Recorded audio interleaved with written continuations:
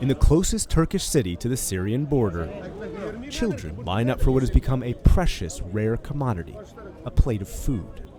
The Turkish Red Crescent hands out rice and soup to needy refugees. Each is Syrian. Each is desperate. 7-year-old Azad and more than 100,000 Syrians arrived here 4 days ago. They brought almost nothing with them. Azad delicately carries the food back to his family. This one tray has to feed 7 people. What is your life like here? Does this look like enough food? He says angrily. What can we do?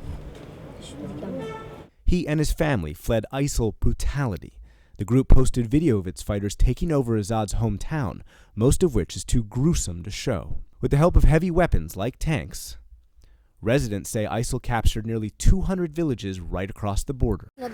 We saw ISIL, he says. They're killing children, they're killing young men. There's nothing they're not doing. The refugees have flooded this small town and are pretty much living and sleeping wherever they can, whether outside here or inside this room. This is actually usually a wedding hall.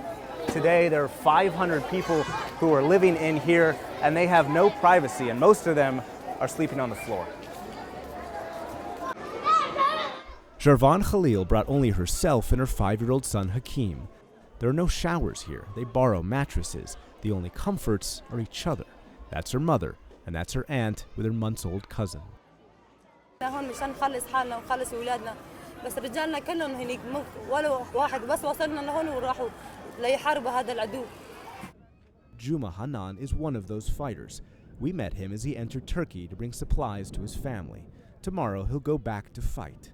He thanks the U.S. for striking ISIL, but says it's nowhere near enough to reverse the group's momentum. صار تأثيرات بس شيء بسيط لأنه حوالينا ما ضرب بعيد مثلا تل أبيض عم بيضرب محلات بعيدة. As we filmed Syria through the barbed wire, we heard the distant sound of fighting. The battle for Syria continues.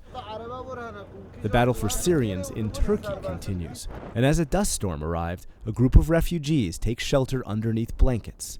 They are facing a future that is anything but clear. Nick Schifrin, Al Jazeera, along the Syrian-Turkish border.